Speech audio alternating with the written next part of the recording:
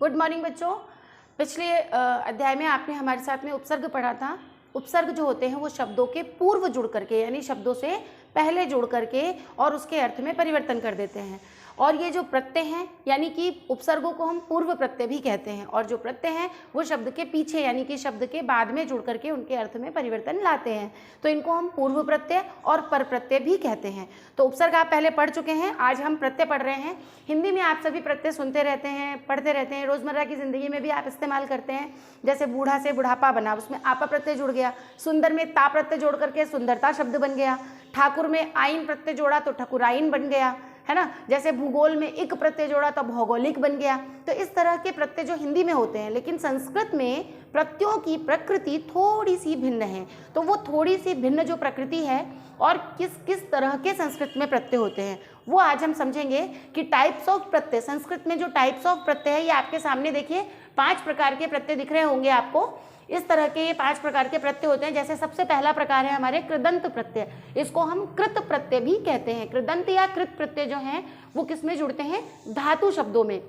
धातु शब्द आप सब संस्कृत में धातुओं से परिचित हैं।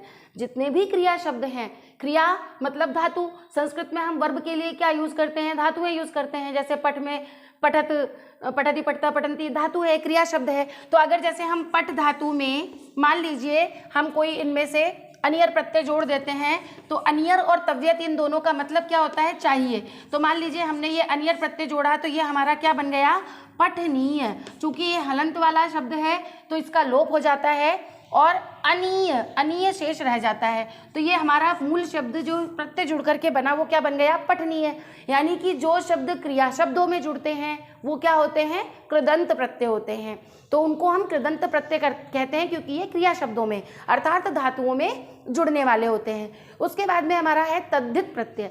तद्धित का मतलब होता है संज्ञा और सर्वनाम शब्दों में जो प्रत्यय जुड़ते हैं। उसमें हमारे सुऔजस, तप्तिस्थ इस तरीके के शब्द आते हैं। वो सब इसमें सारे इस तरीके के शब्द होते हैं जिनसे संज्ञाओं का निर्माण होता है। वो भाववाचक संज्ञा हो, जातिवाचक संज्ञा हो, व्यक्तिवाचक संज्ञा हो।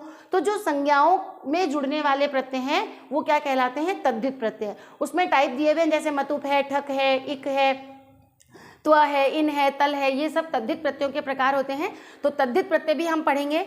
और विभक्ति प्रत्यय ये आपके कोर्स में नहीं है, आगे जब आप संस्कृत लेंगे ऑप्शनल तो आपको आगे ये विभक्ति प्रत्यय और ये पढ़ने पड़ेंगे। धातु अवयव, धातु प्रत्यय जो होते हैं उस तरीके के, जिसमें सुऔजस, अमौसस, है ना।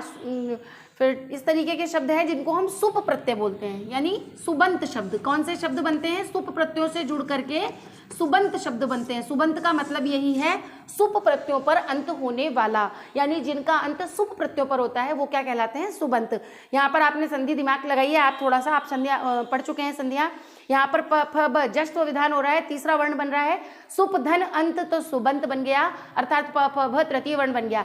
तो इस तरीके से ये हमारे विभक्ति प्रत्यय होते हैं। उसके बाद में हम आते हैं स्त्री प्रत्यय पे।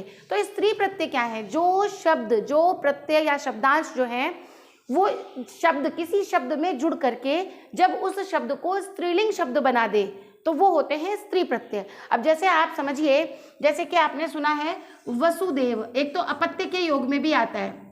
जो अपत्य होती है, संतान होती है, उसके लिए भी हम यूज करते हैं। जैसे जनक, अब जनक की पुत्री है उसको हम क्या कहते हैं? जानकी।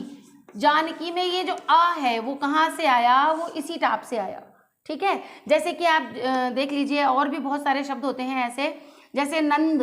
अब नंद में हमने ये गीप प्रत्यय जोड़ा, ये स्त्री प्रत्यय है और इस गीप को जोड़ा तो क्या बन गया हमारा?